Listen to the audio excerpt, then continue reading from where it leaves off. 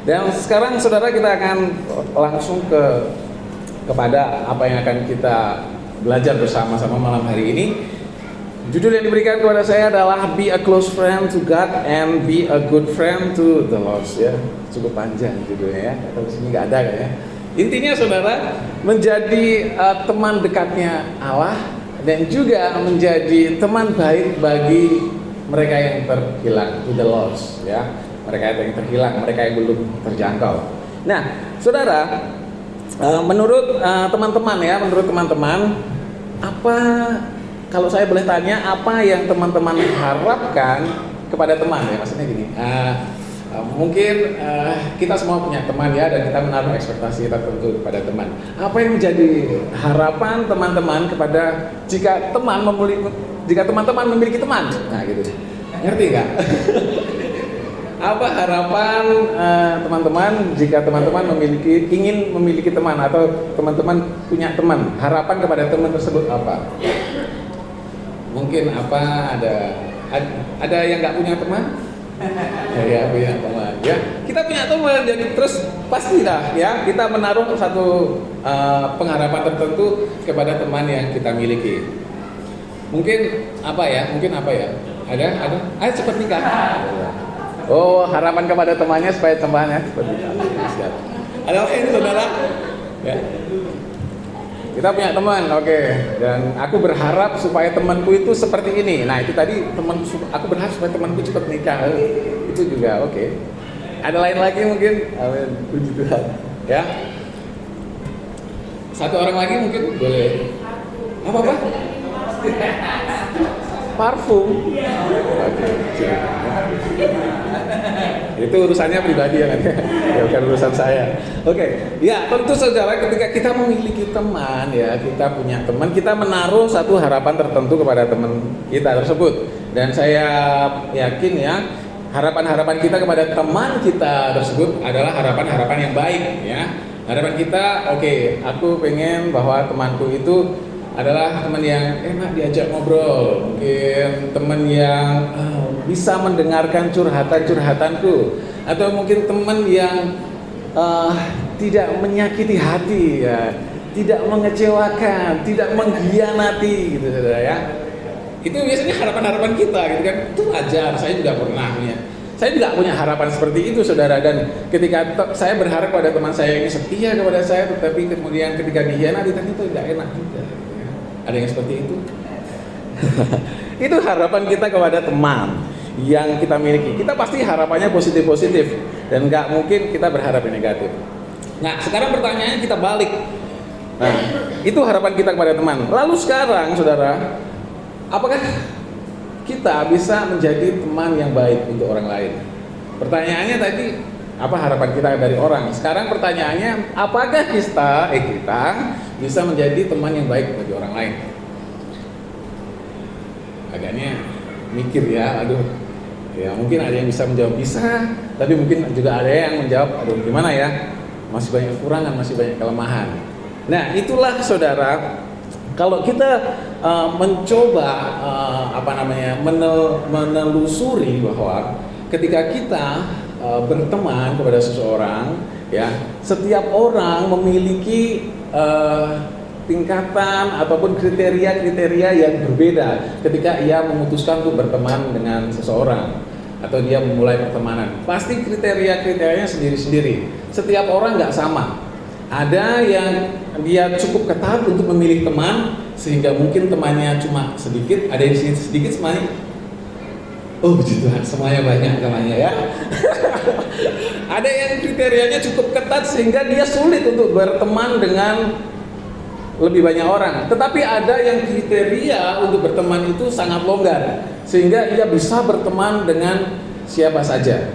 Nah, itu macam-macam setiap orang. Dan kita nggak bisa menyalahkan itu karena setiap orang memang memiliki perspektifnya sendiri-sendiri, memiliki ukuran takarannya sendiri-sendiri. Jadi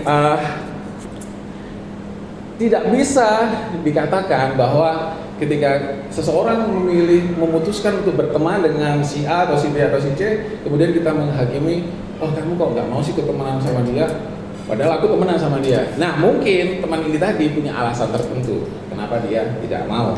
Dan saudara, saya mau katakan pada malam hari ini bahwa itu secara perspektif kita manusia. Tetapi secara teologis, saudara, secara teologis ya, saya mau katakan sekarang ini secara teologis. Secara teologis bahwa perspektif yang individual tadi, perspektif yang subjektif tadi tidak bisa kita jadikan sebagai landasan kebenaran kita untuk memulai pertemanan dengan seseorang secara teologis. Tapi kalau secara pendapat pribadi, ya itu pendapatmu. Tapi secara teologis saya mau katakan bahwa pendapat subjektif dari setiap orang itu sulit untuk dijadikan landasan atau dasar untuk kita memulai atau kita beralasan kenapa kita berteman seseorang.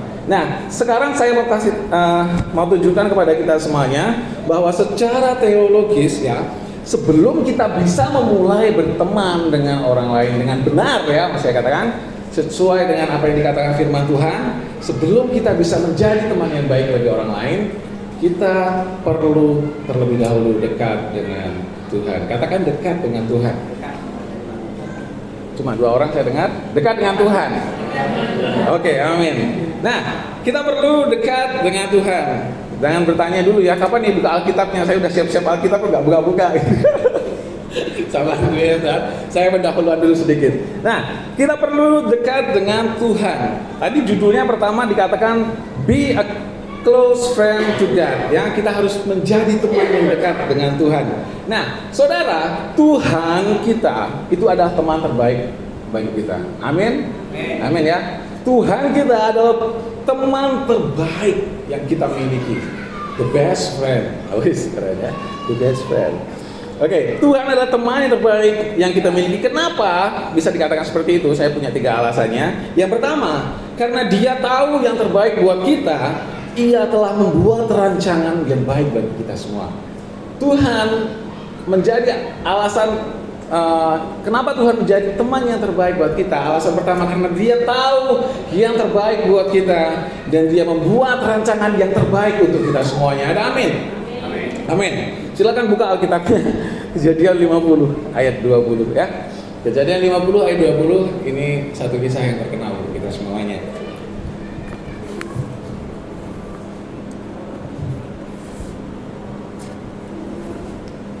Seseorang boleh membacakannya dengan lantang, silahkan saudara.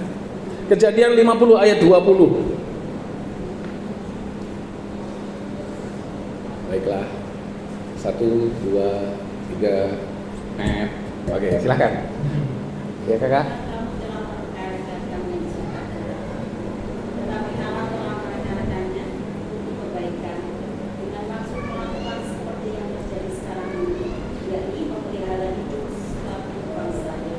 Amin, puji Tuhan saudara. Nah, secara singkat saudara, ini kisahnya tentang Yusuf. Yusuf memiliki saudara-saudara yang benci sama dia ya. Tahu ya? Kisahnya Yusuf punya saudara yang gak suka sama dia. Bayangin saudara ya, kita sekarang lagi ngomongin tentang teman baik. Dan kita ditunjukkan bahwasanya saudara pun bisa lebih kejam atau bisa lebih jahat daripada teman gitu ya.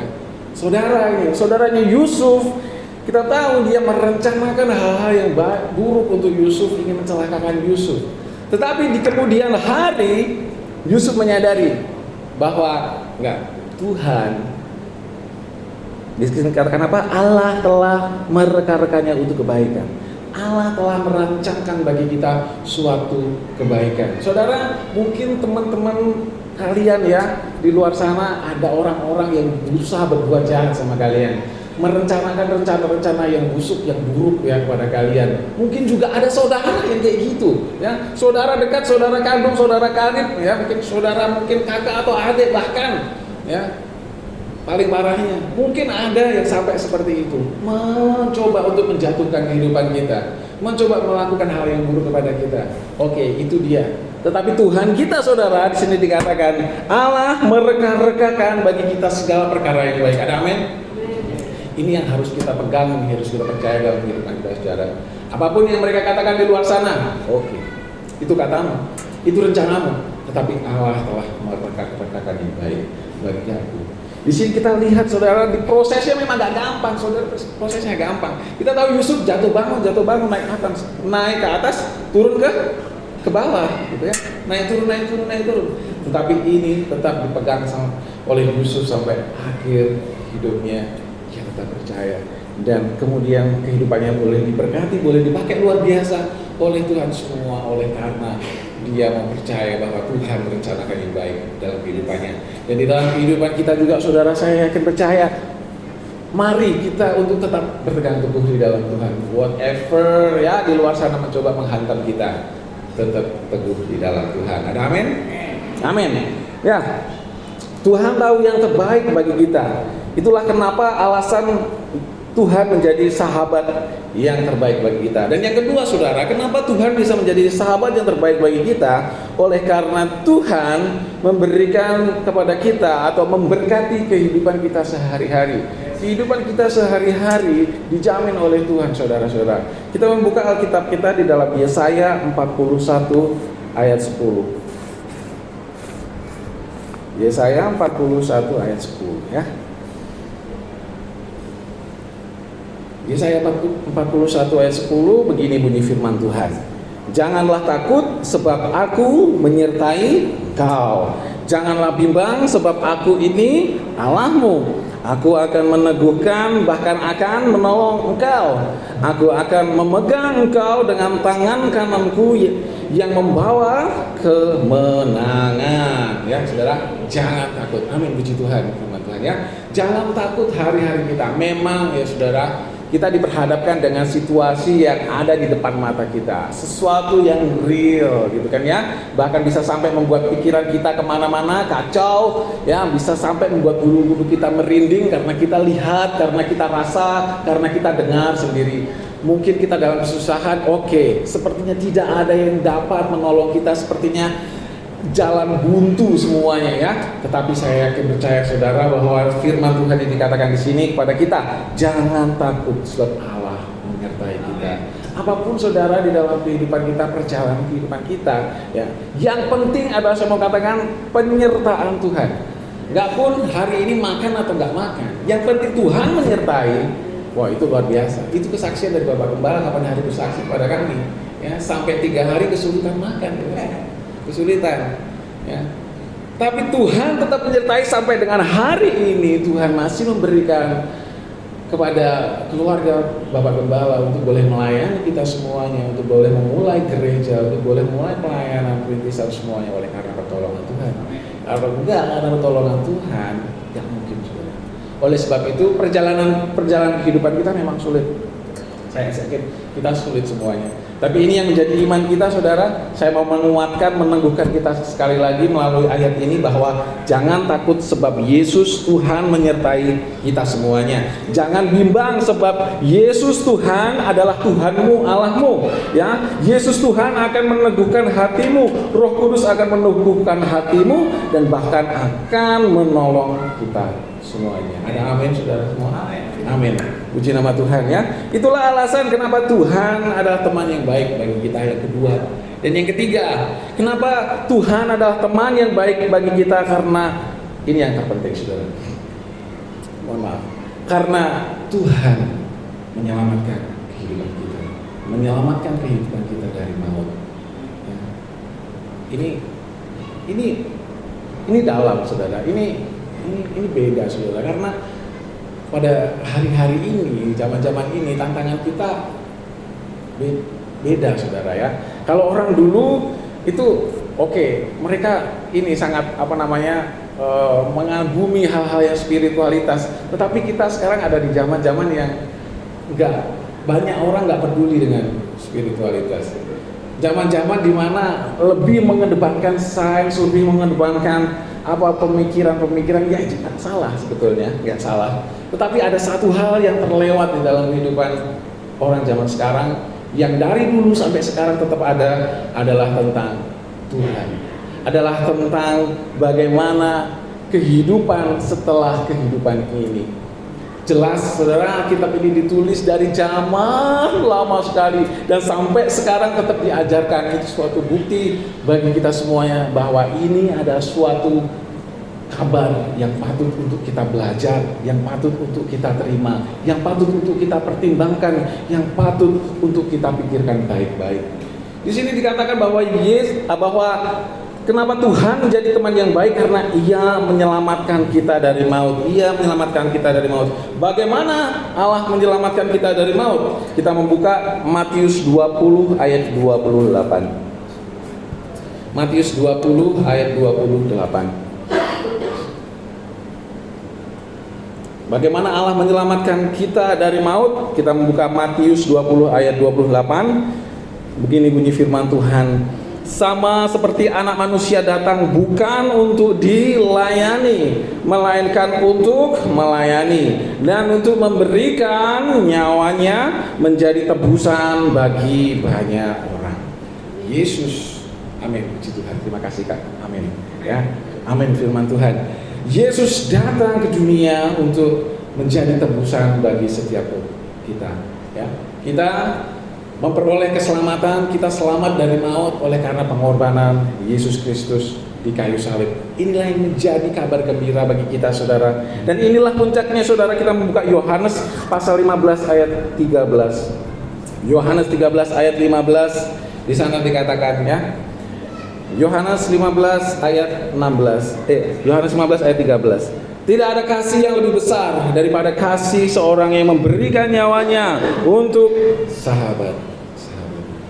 Saudara, Yesus mengatakan buat kita semuanya, bahwa kasih yang terbesar adalah ketika teman mau memberikan yang terbaik untuk temannya. Ketika kita berteman dengan seseorang, kebanyakan teman tersebut mungkin cuma mengambil untung dari kita, ya. Ya, kita dalam masalah, persoalan, kalau tiba-tiba hilang aja, mungkin cuma ada sisa 1-2 orang atau bahkan mungkin nggak ada orang, gitu ya. Tetapi Yesus, Dia menunjukkan bagi kita, saudara, ya, dimana tidak ada orang lagi yang memperdulikan. Yesus peduli.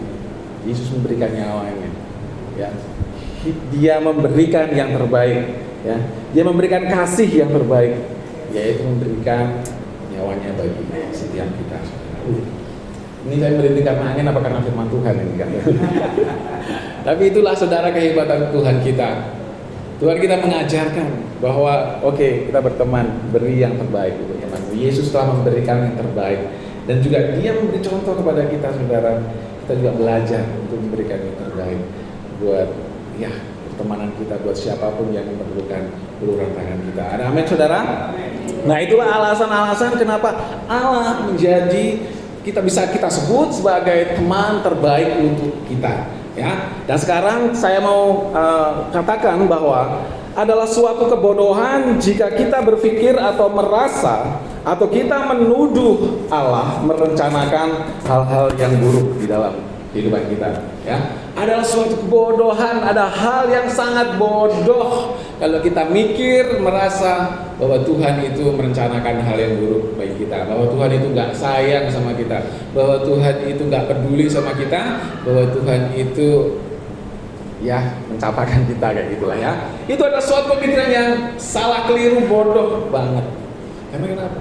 Ya, karena firman Tuhan menegaskan kepada kita, saudara, ya, menegaskan kepada kita dengan sangat-sangat tegas betapa Tuhan mengasihi kita. Tetapi jika kita sampai berpikir seperti itu, saudara, sampai kepikiran itu di dalam pikiran kita, ya, maka sebetulnya kita yang salah, saudara. Ada kita yang belum benar-benar percaya sama Tuhan.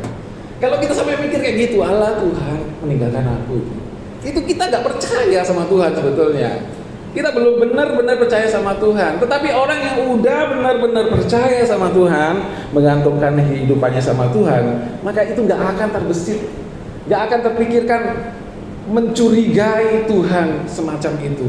Kalau Anda punya teman baik, best friend, ya, gambarannya, ya, Anda punya best friend, teman baik, ya, bagaimana Anda bisa berpikir buruk tentang teman Anda? Kalau ada orang lain mungkin cerita, teman musik itu, bestie musik itu kayak gini-gini. Mana mungkin kita bisa percaya hal itu? Kalau kita bilang dia bestiku, dia temanku, karena kita percaya sama dia, karena kita percaya sama besti itu. Tetapi kalau dia cuma sekedar teman biasa gitu ya, sama ini gitu, oh iya masa sih? Mungkin kita akan langsung percaya, karena kita nggak tahu tentang dia, kita nggak percaya sama dia. Nah, begitulah kita dengan Yesus Tuhan. Kalau kita masih ragu sampai dengan hari ini mempertanyakan tentang Tuhan, mempertanyakan nggak apa-apa saudara, tapi jangan meragukan Tuhan. Ragu mungkin ya oke, ada sedikit keraguan mungkin ya saudara, tapi jangan ya manusiawi, maksudnya jangan terlarut di dalam keraguan tersebut sehingga kita tidak mau bergerak maju. Ya, saudara. Kalau kita nggak tahu tentang Alkitab, kita nggak paham, belajar, masih ada belajar lagi, gitu saudara. Kalau kita nggak tahu, kenapa saya bilang gitu? Karena saya yakin percaya di sini semuanya sudah orang bertobat, amin, amin ya. Orang bertobat udah dibaptis kan? Udah dibaptis? Ada yang belum dibaptis? Bapak, ada yang mau dibaptis? Ya, kita udah dibaptis. Teman-teman tahu arti dibaptis, yaitu komitmen yang baru. Makanya saya mau katakan kepada teman-teman semuanya dengan sangat percaya diri bahwa kita jangan sampai ada di level itu lagi, meragukan Tuhan. Kalau kita mulai ada pertanyaan, cari, berdoa sama Tuhan, Tuhan pasti akan kasih jawabannya untuk kita. Amin. Amin. Nah, itulah teman-teman, jangan sampai kita meragukan lagi akan Tuhan kita, yang mana Dia adalah teman terbaik di dalam kehidupan kita. Nah, sekarang menjadi pertanyaan untuk kita semua teman-teman, bisakah kita menjadi teman yang dekat untuk Tuhan? Kira-kira kita bisa nggak jadi teman yang dekat dengan Tuhan? Bisa nggak ya?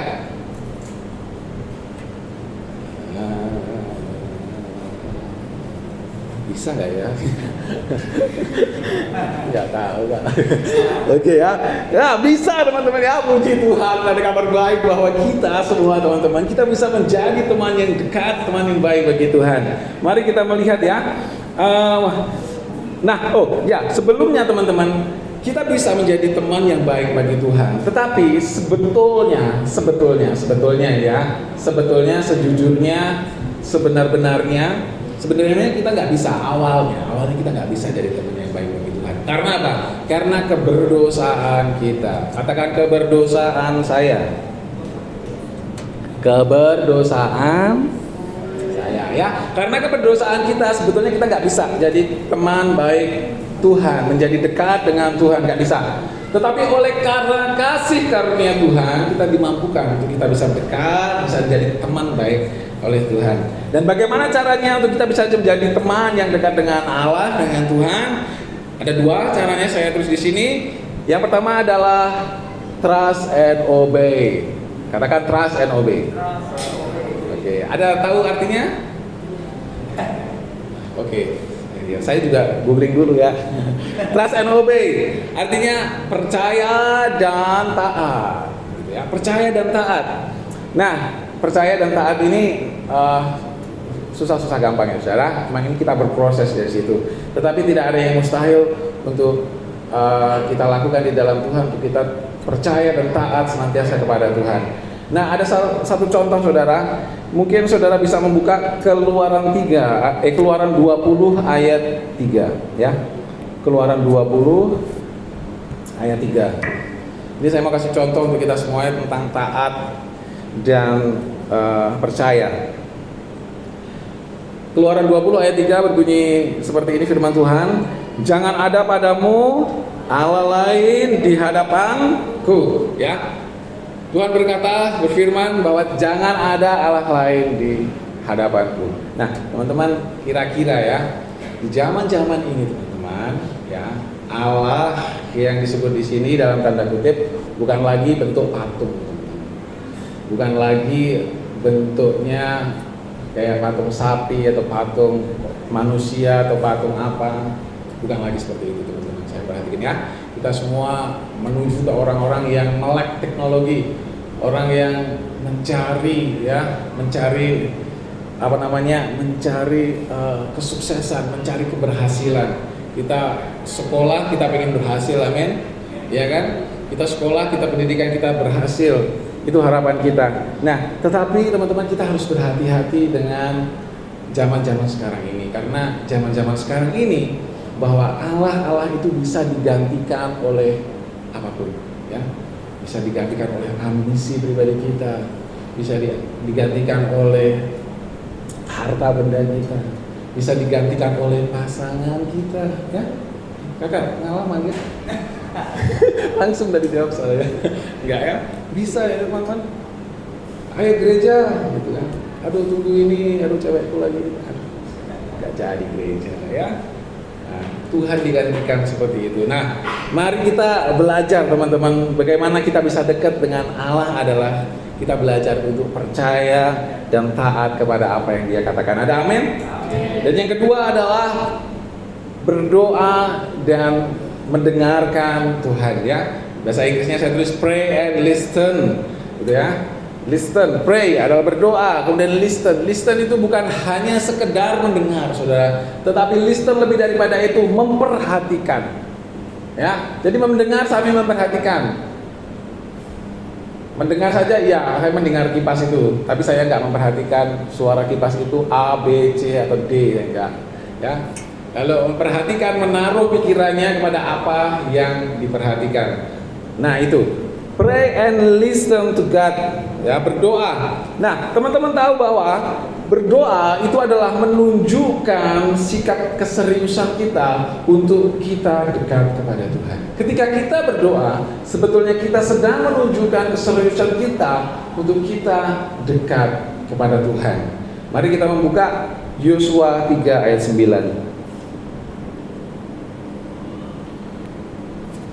Yosua 3 ayat 9. Lalu berkatalah Yosua kepada orang Israel, datanglah dekat dan dengarlah firman Tuhan Allahmu. Yosua berkata kepada orang Israel pada waktu itu, ayo dekat sama Tuhan. Ya, pada waktu itu Yosua mewakili Tuhan karena dia adalah nabi, karena dia adalah orang yang dipakai oleh Tuhan. Dan Yosua berkata, ayo dekat sini, merapat. Mari mendekat dan mari mendengarkan suara Tuhan. Dan itulah yang diinginkan Tuhan bagi kita, teman-teman. Ketika kita mau untuk kita menjadi teman dekatnya Allah, maka kita juga harus mau untuk mendengar, berdoa, dan mendengar apa yang Tuhan katakan. Oke, amin. Ada amin ya bagian ini ya, saudara? Amin, amin. Nah, ini cukup jelas bagi kita bahwasanya ya, Tuhan adalah teman terbaik kita, dan kita juga bisa menjadi teman yang dekat dengan Allah. Kita bisa dekat dengan Allah oleh karena kita sudah memperoleh kasih karunia. Dan sekarang saudara, di dalam judul tadi dikatakan ada di dalam judul tadi ada statementnya bahwa kita menjadi teman yang baik bagi yang terhilang. Ini menjadi penekanan juga karena bulan September ini adalah bulan misi bagi GSJA, ya. Jadi seluruh GSJA di Indonesia ini sedang gencar-gencarnya memberikan pengajaran tentang misi dan juga bergerak tentang misi. Oleh sebab itu juga saya mau katakan di sini juga melalui judul yang diberikan oleh Bapak Gembala kepada saya, bahwa saya mau katakan kita perlu untuk menjadi teman yang baik bagi mereka yang terhilang. Tapi pertanyaannya adalah bagaimana? Ya, bagaimana yang pertama sudah dijawab, yaitu kita harus dekat dulu dengan Tuhan. Itu yang pertama. Karena tanpa dekat dengan Tuhan, kita gak akan bisa tahu hatinya Tuhan. Ya, karena untuk bisa menjangkau atau menjadi teman yang baik bagi orang-orang yang terhilang, kita harus atau perlu tahu hatinya Tuhan dulu. Karena kenapa?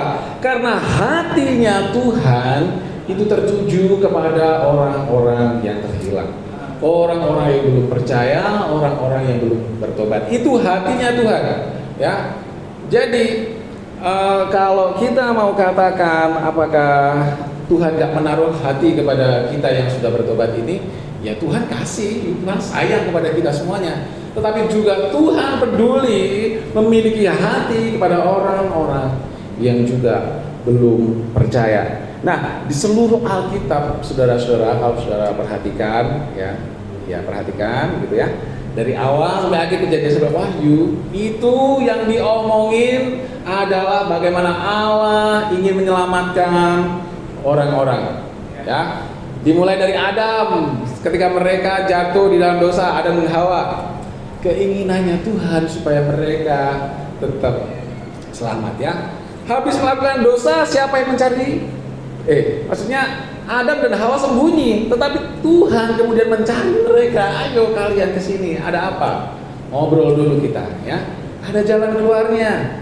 Dan kemudian di kisah-kisah Alkitab yang lain juga, saudara-saudara, ya, sampai pada akhirnya penggenapannya, yaitu Yesus Kristus datang ke dunia untuk menebus, menjadi tebusan bagi semua orang yang berdosa, bagi semua orang yang mati karena dosa.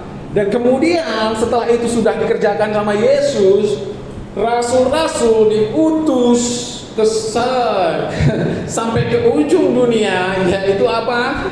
Untuk menyebarkan berita Injil, untuk menjangkau jiwa-jiwa. Itu yang jadi bahan utama dari pengajaran rasul-rasul, menjangkau jiwa-jiwa. Dijangkau, dimuridkan, bertumbuh dan kemudian memuridkan yang baru. Seperti itu terus sampai dengan hari ini. Ya. Itu penekanan di dalam sepanjang Alkitab yang kita miliki, yaitu menjangkau jiwa-jiwa. Kita membuka dulu di dalam Lukas 15 ayat 7, ya. Lukas 15 ayat 7.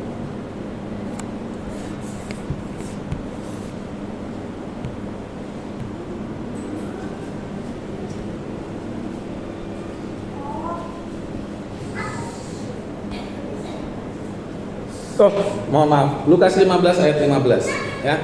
Lukas 15 bener, sorry saya yang salah, ya. Lukas 15 ayat 7. Lukas 15 ayat 7. Aku berkata kepadamu, demikian juga akan ada sukacita di sorga karena satu orang berdosa yang bertobat, lebih daripada sukacita karena 99 orang benar yang tidak memerlukan pertobatan. Ya, ini tentang ini suatu perumpamaan yang diberikan oleh Tuhan, bahwasanya ketika satu orang, satu jiwa ditemukan bertobat, dikatakan seluruh surga bersukacita, saudara, ya.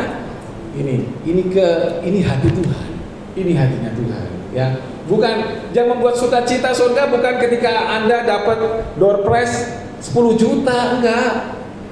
Itu enggak membuat sukacita surga. Nggak ada ayatnya, maksudnya nggak disebutin secara eksplisit pun, tersirat nggak ada, gitu kan. Yang membuat surga bersukacita adalah ketika kita lulus dengan IP tertinggi. Enggak, saudara, ya. Nggak ada kayaknya. Kalau dicari-cari secara tersirat pun nggak ada, ya. Nanti kalau ada tolong dikasih tahu saya, gitu aja, ya. Nggak ada. Yang membuat surga bersukacita adalah ketika ada satu jiwa diselamatkan. Ini satu, belum lagi kalau 2, kalau 3, kalau 4, kalau 5, luar biasa. Ini isi hati Tuhan, saudara. Ya, ini isi hati Tuhan yang mana kita akan memiliki hati tersebut jika kita berteman dekat dengan Tuhan. Nah, sekarang saudara, apa yang ada di dalam hatimu? Ya, apakah di dalam hati kita ada kerinduan yang sama seperti kerinduan yang dimiliki oleh Ayo kita tanya sama hati kita sendiri. Ya tidak usah tanya kanan kiri, tidak usah tanya hati kita sendiri. Apakah aku ada kerinduan orang lain diselamatkan? Apakah aku ada kerinduan orang lain untuk berubah jadi lebih baik? Ya? Apakah aku ada kerinduan untuk mungkin ada saudaraku yang belum percaya Tuhan, ataupun mungkin ada saudaraku yang murtad dari Tuhan, saya pengen mereka kembali. Apakah itu ada kerinduan di dalam hati kita? Nah, saudara-saudara, saya mau katakan malam hari ini bahwa kunci kita bisa menjadi teman yang baik bagi mereka yang terhilang adalah ketika kita sudah memiliki hatinya Tuhan.